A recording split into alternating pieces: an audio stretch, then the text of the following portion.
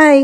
నేనైతే మోర్‌కొచ్చేసాను. ఆఫీస్ అయిపోయిన తర్వాత ఊరికే ఇంటికి పోను కదా! నేను ఏదో ఒకటి కొనడానికొచ్చేస్తాను. అలా అని నాకీ మీల్ మేకర్ తీసుకుందామని గుర్తొచ్చిందనమాట. నిన్న మీల్ మేకర్ కర్రీ చేద్దాం చపాతీలోకి అనుకుంటే అది లేదు. సో, అందుకనే వచ్చేసాను. నేను మారనా, కొనేది ఒక దాని కోసం వస్తాను. మళ్ళీ ఏవేవో తీసుకుంటాను. What is this Saranya? What is this? సరే అలా అని మష్రూమ్ తీసుకున్నా. దాని తర్వాత బెల్లాకి ఇది విస్కస్ దొరికింది అని అది కూడా తీసుకున్నాను. ఒక్కటి కాదు, 2 కాదు, 3 కాదు, 4 తీసుకున్నాను. ఉందిగానే గదా డబ్బులని ఖర్చు పెట్టేస్తాననమాట. కొంచెం ఎలా మారేది? కొంచెం ఏమన్నా టిప్స్ చెప్తారా?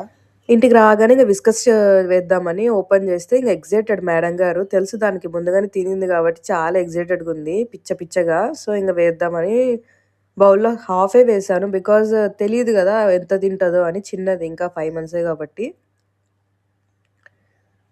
కానీ మామూలు ఎక్సైట్‌మెంట్ గాదింగ. ఇంగ ఏది పక్కన ఏది పట్టించుకోదు. అదయిపోయేంత వరకు ఇంగ అక్కడే తిష్ట వేసుకొని కూర్చుంటుంది.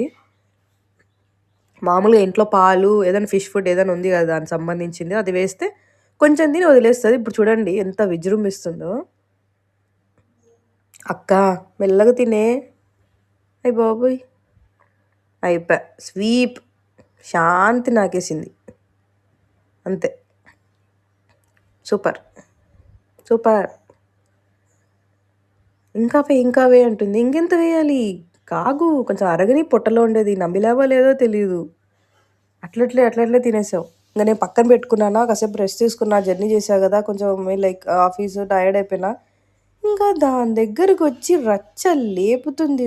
ఎంత సేపు తెలుసా నేనైతే దొబ్బి దొబ్బి పెట్టాను దానికి.